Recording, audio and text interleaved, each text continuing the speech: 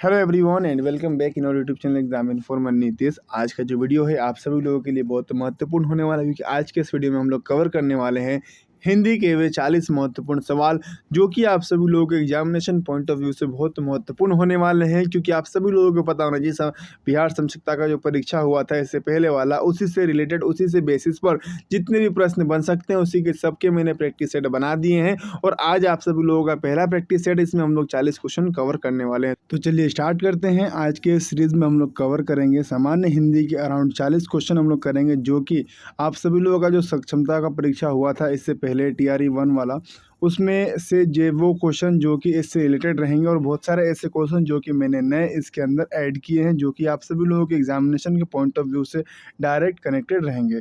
तो पहला क्वेश्चन है आज का आप सभी लोगों का, हिंदी में व्यंजन वर्णों की संख्या कितनी होती है। यहाँ पर आप सभी लोगों के 4 ऑप्शन दिए गए हैं, 22, 10, 33 और 30। ये कॉमन क्वेश्चन है। एंड मैं आपको बता दूं, हिंदी में जो है कि व्यंजन वर्णों की जो संख्या होती है वो 33 होती है। कितनी होती है? 33 होती है। और इसका जो राइट आंसर है वो ऑप्शन नंबर सी हो जाएगा। ठीक है, आगे बढ़ते हैं। अगला प्रश्न है, व्याकरण भाषा देश को बताता है, यानी कि व्याकरण भाषा जो है कि किसको बताता है। 4 ऑप्शन दिए गए हैं आप सभी लोगों के पास, नियम और काम। तो व्याकरण भाषा जो है वो नियम को बताता है, ना ही किसी काम को बताता है। देखिए, एक लास्ट ऑप्शन भी आप सभी लोगों का इनमें से कोई नहीं, और एक से अधिक अभी क्वेश्चन, मतलब एक ऑप्शन और ऐड कर दिया गया, इससे कैंडिडेट कंफ्यूज हो। बट हमें ध्यान में रखना है कि जो व्याकरण भाषा है वो एक नियम को बताता है, रूल को बताता है, ना कि काम को बताता है। बी ऑप्शन गलत हो जाएगा। हमारा राइट ऑप्शन जो है वो ऑप्शन नंबर ए है। ठीक है, आगे बढ़ते हैं। अगला प्रश्न है आप सभी लोगों का, प्रश्न है, पुष्प कौन सा शब्द है। पुष्प पुष्प पूछा है आप सभी लोगों से। और देखिए, शब्द से ही पिछली बार भी बहुत सारे क्वेश्चन देखने को मिले थे। अराउंड हिंदी के आप सभी लोगों के 15 क्वेश्चन रहते हैं। और मैं आपको बता दूं, यहाँ पर आप सभी लोगों के 4 ऑप्शन दिए गए हैं। एक है तत्सम, एक है तद्भव, और एक है विदेशज, और एक है देशज। तो मैं आपको बता दूं, इसका जो राइट आंसर है वो हो जाएगा तत्सम। ठीक है, आगे बढ़ते हैं। अगला प्रश्न है आप सभी लोगों का, उ उ के उच्चारण स्थान है। इसके उच्चारण स्थान पूछा है आप सभी लोगों से। तो मैं आपको बता दूं, जो इसके उच्चारण स्थान है वो है होठो, यानी कि जो होठों से जो उच्चारण होता है हम लोग का, उसी पर ये डिपेंड करता है। या एक हम डायरेक्ट ऊ बोल देते हैं, छोटी ऊ, बड़ी ऊ ऐसे बोलते हैं, बट जब हम इसका उच्चारण करते हैं तो वो हमारे होठों के स्थान पर जो है कि डिपेंड करता है। तो इसका राइट आंसर है वो हो जाएगा ऑप्शन नंबर डी। ठीक है, इसका राइट आंसर क्या हो जाएगा? Option number D. आगे बढ़ते हैं। अगला प्रश्न है आप सभी लोगों का, ए आई ओ औ कौन सा स्वर है। स्वर से आप सभी लोगों से क्वेश्चन पूछा गया है, और आपको 4 वर्ड दिए गए हैं, ए आई ओ औ, और पूछा है आप सभी लोगों से कि स्वर कौन सा है। तो मैं आपको बता दूं, ये जो स्वर है, ना ही ये ह्रस्व स्वर है, दीर्घ स्वर भी ये नहीं है, और संयुक्त स्वर भी ये नहीं है। तो इसका जो राइट आंसर हो जाएगा वो हो जाएगा ऑप्शन नंबर डी, इनमें से कोई नहीं। ठीक है, आगे बढ़ते हैं। अगला प्रश्न है, मात्राएं कितने प्रकार की होती है। अब देखिए, मात्राएं कितनी प्रकार की होती है ये तो आप सभी लोगों को पता होना चाहिए। मात्राएं जो है कि 3 प्रकार की होती है। कितनी प्रकार की होती है? 3 प्रकार की मात्राएं होती है। ठीक है, अब आगे बढ़ते हैं। अगला प्रश्न है आप सभी लोग, करवक का उच्चारण स्थान क्या है। करवक करवक का जो है कि उच्चारण स्थान क्या है। तो मैं आपको बता दूं, जो करवक का जो उच्चारण स्थान है वो है कट्स। क्या है? कटस। ठीक है, आगे बढ़ते हैं। अगला प्रश्न है आप सभी लोगों का, परवक का उच्चारण स्थान है। देखिए, उच्चारण स्थान से जो है कि पिछली बार भी 2 से 3 क्वेश्चन देखने को मिले थे। आप सभी लोग इसको कवर कर लीजिएगा। ठीक है, अगर हम लोग बात करें परवक का उच्चारण स्थान, तो मैं आपको बता दूं, जो परवक का जो उच्चारण स्थान है वो है मुद्ध। क्या है? मुधा। ठीक है, इसका जो राइट आंसर है वो हो जाएगा ऑप्शन नंबर डी। ठीक है, आगे बढ़ते हैं। अगला प्रश्न है आप सभी लोगों का, भाषा में लिखित रूप में बात बताते हैं। भाषा के लिखित रूप में बात बताते हैं। ठीक है, ये क्वेश्चन है आप सभी लोगों को, और इसके भी 4 ऑप्शन दिए गए हैं। भाषा में क्या बोलकर या फिर लिखकर। तो मैं आपको बता दूं, भाषा में जो है कि हम लोग लिखकर बताते हैं, भाषा के लिखित रूप में बताते हैं। तो भाषा में लिखित रूप बोला है यहाँ पर आप सभी लोगों को, तो हम क्या करके बताएंगे? लिख कर बताएंगे। कि क्या करके बताएंगे? लिख कर। ठीक है, बोल कर तो बताएंगे नहीं, क्योंकि यहाँ पर लिखित रूप बोला है। तो इसका जो राइट आंसर हो जाएगा वो हो जाएगा लिख कर। ठीक है, 4 ऑप्शन दिए गए थे यहाँ पर, तो इसका जो राइट आंसर हो जाएगा ऑप्शन नंबर बी, यानी कि लिख कर। ठीक है, क्या हो जाएगा? Option number B. ठीक है, आगे बढ़ते हैं। अगला प्रश्न है आप सभी लोगों का, भारत की राष्ट्रभाषा है। अब भारत की राष्ट्रभाषा क्या है, यहाँ पर भी आपको 4 ऑप्शन दिए गए हुए हैं। देखिए, ऐसे ऐसे क्वेश्चन भी आप सभी लोगों से पूछे जाते हैं, बहुत कॉमन क्वेश्चन रहते हैं। और टेंशन लेने की कोई ज़रूरत नहीं रहती, क्योंकि 15 मार्क्स के आप सभी लोगों के हिंदी और 15 मार्क्स के इंग्लिश पूछे जाते हैं आप सभी लोगों के एग्जामिनेशन में। ठीक है, तो भारत की जो राष्ट्रभाषा है वो है हिंदी। ठीक है, आगे बढ़ते हैं। अगला प्रश्न है आप सभी लोगों का, ट्वर्ग का उच्चारण स्थान है। ट्वर्ग का उच्चारण स्थान यहाँ पर आप सभी लोगों से पूछ लिया गया है, और मैं आपको बता दूं ट्वर्ग का जो उच्चारण स्थान है वो फिर से यही हो जाएगा जो उसका था। तो इसका जो राइट आंसर हो जाएगा मुद्रा हो जाएगा, यानी कि ऑप्शन नंबर डी आप सभी लोगों का राइट आंसर है। ठीक है, आगे बढ़ते हैं। अगला प्रश्न है आप सभी लोगों का, चर्वग। चर्वग का उच्चारण स्थान क्या है? चर्वग का आप सभी लोगों से उच्चारण स्थान क्या? आप देखिए, अब ऐसा नहीं है कि जो आपके 15 क्वेश्चन पूछे जाते हैं वो सिर्फ ग्रामर के ही रहते हैं, उसमें से आप सभी लोगों के बहुत सारे ऐसे भी क्वेश्चन रहते हैं जो कि कॉमन क्वेश्चन रहते हैं, जो कि आप सभी लोगों को डायरेक्ट याद करने रहते हैं। डायरेक्ट याद करने वाले 6 से 7 क्वेश्चन आप सभी लोगों को देखने को मिल जाएंगे, और 6 से 7 क्वेश्चन आप सभी लोगों को व्याकरण से देखने को मिलते हैं। व्याकरण में से उसमें से भी आप सभी लोगों को उच्चारण स्थान वाले 1 से 2 क्वेश्चन आप सभी लोगों को एग्जामिनेशन में देखने को मिलेंगे, जो कि मैं आप सभी लोगों को इसमें करवाने की पूरी तरह से कोशिश कर रहा हूँ। अगर हम लोग बात करेंगे चर्वग जो है कि उच्चारण स्थान क्या होता है, तो मैं आपको बता दूं वो होता है तालु। क्या होता है? तालु, यानी कि ऑप्शन भी हमारा सही हो जाएगा। ठीक है, आगे बढ़ते हैं। अगला प्रश्न है आप सभी लोगों का, प फ ब भ म का उच्चारण स्थान है, यानी कि प फ ब भ म का उच्चारण स्थान क्या है? तो उच्चारण स्थान में बता दूं आप सभी लोगों को, इसका जो उच्चारण स्थान है वो है ओष्ठ। क्या है? ओष्ठ है, और इसका राइट आंसर हो जाएगा ऑप्शन नंबर बी। ठीक है, आगे बढ़ते हैं। अगला प्रश्न है आप सभी लोगों का, अंतःस्थय। अंतःस्थय व्यंजन कितने प्रकार के होते हैं? तो मैं आपको बता दूं अंतःस्थय जो व्यंजन होते हैं वो 5 प्रकार के होते हैं। ना 8 प्रकार के नहीं होते, 7 प्रकार के भी नहीं होते, वो होते हैं 5 प्रकार के। कितने प्रकार के होते हैं? 5 प्रकार के होते हैं। ठीक है, आगे बढ़ते हैं। अगला प्रश्न है आप सभी लोगों का, इनमें से कौन सा शब्द, इनमें से कौन सा शब्द संज्ञा से बना हुआ विशेषण है? यानी कि पूछ रहे हैं आप सभी लोगों से, ये जो 4 ऑप्शन दिए गए हैं आप सभी लोगों के, कुलीन दिया हुआ है, नमक दिया है, जाति दिया है, कृपा दिया हुआ है, तो कौन सा ऐसा शब्द है जो कि विशेषण से मिलके संज्ञा से बना हुआ विशेषण है? तो मैं आपको बता दूं जो कुलीन शब्द है वो संज्ञा से बना हुआ विशेषण है। ठीक है, आगे बढ़ते हैं। अगला प्रश्न है आप सभी लोगों का, इनमें से कौन सा शब्द संज्ञा से बना हुआ विशेषण है? संज्ञा से बना हुआ जो है कि कौन सा शब्द विशेषण है? तो मैं आपको बता दूं यहाँ पर भी आप सभी लोगों के 4 ऑप्शन दिए गए हुए हैं। ऑप्शन ए है जापान, गुणी, दान और जाति। तो इसका जो राइट आंसर हो जाएगा वो हो जाएगा गुणी।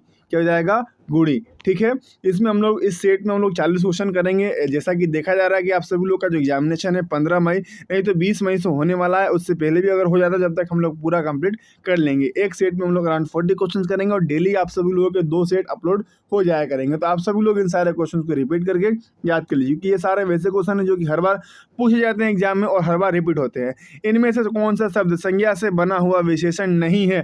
देखिए यहाँ से यहाँ आप सभी लोगों को पूछ दिया है संज्ञा से बना हुआ विशेषण नहीं है, ये आपको बताना है। यहाँ पर आप सभी लोगों के 4 ऑप्शन दिए गए हैं। ऑप्शन नंबर 1 है नमक, दूसरा है दयालु, तीसरा है धनवान और चौथा है फुर्ती। तो जो फुर्ती शब्द है, फुर्ती शब्द जो है वो बना हुआ नहीं है, संज्ञा से बना हुआ विशेषण नहीं है। ठीक है, आगे बढ़ते हैं। अगला प्रश्न है आप सभी लोगों का, इनमें से कौन सा शब्द, इनमें से कौन सा शब्द संज्ञा से बना हुआ विशेषण नहीं है? संज्ञा से बना हुआ विशेषण नहीं है पूछा है आप सभी लोगों से, और यहाँ पर भी आप सभी लोगों को 4 ऑप्शन दिए गए हैं, जिसमें से एक जो राइट आंसर है वो है अपमान। इसका जो राइट आंसर हो जाएगा वो है अपमान। ठीक है, आगे बढ़ते हैं। अगला प्रश्न है आप सभी लोगों का,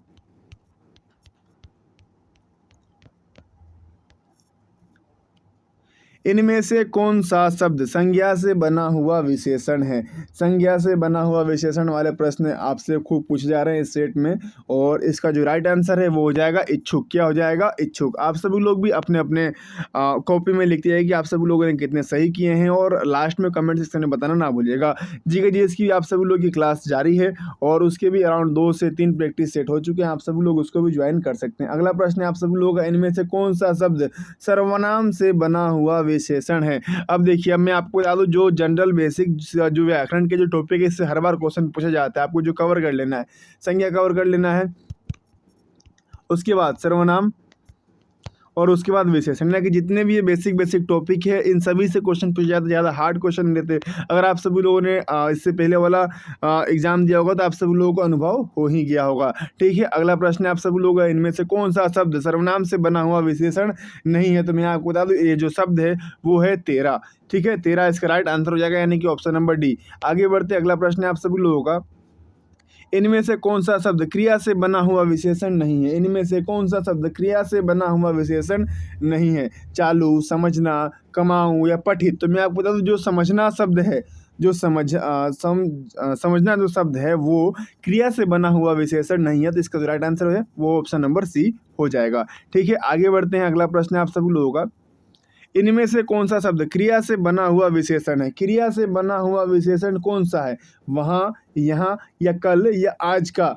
तो आज का जो शब्द है, जो आज का शब्द है ये क्रिया से बना हुआ क्या है? विशेषण है। ठीक है, आगे बढ़ते हैं। अगला प्रश्न है आप सभी लोगों का, इनमें से कौन सा शब्द पुल्लिंग से बना हुआ स्त्रीलिंग है? तो देखिए, पहला ऑप्शन है काली, दूसरा है बड़ा, तीसरा है ए से। तो जो काली शब्द है, काला से मिलके बना हुआ है काली, तो इसका राइट आंसर हो जाएगा ऑप्शन नंबर ए।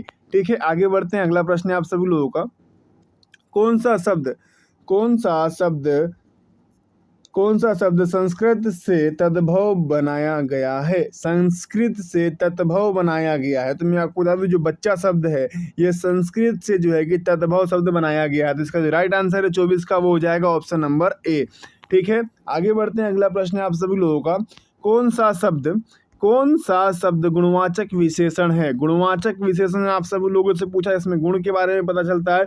तो मैं आपको बता दूं लाल फूल, 10 हाथी या फिर 5 लड़के या फिर इनमें से कोई नहीं। तो जो कोई एक फूल है, अब कैसा है, अब उसका गुण बताया जा रहा है कि वो लाल है, जैसे कोई बच्चा बहुत मस्तीखोर है। ठीक है, तो उसका जो है कि गुणवाचक बोला है। यहाँ पर किसी का हम लोग गुण जानते हैं या कि उसके वजह से कैसे गुण है। तो इसका जो राइट आंसर हो जाएगा ऑप्शन नंबर ए, यानी कि 25 का ए आप सभी लोगों का सही हो जाएगा। ठीक है, आगे बढ़ते हैं। अगला प्रश्न है आप सभी लोगों का, संख्यावाचक विशेषण कितने प्रकार के होते हैं? अब देखिए, संख्यावाचक जो विशेषण होते हैं मैं आपको बता दूं वो 3 प्रकार के होते हैं। ठीक है, कितने प्रकार के होते हैं? 3 प्रकार के होते हैं, जो कि आप सभी लोगों को याद रख लेना है। ठीक है, अगला प्रश्न है आप सभी लोगों का, कौन सा शब्द परिमाण बोधक है? यानी कि जिससे हमें परिमाण मिलता है।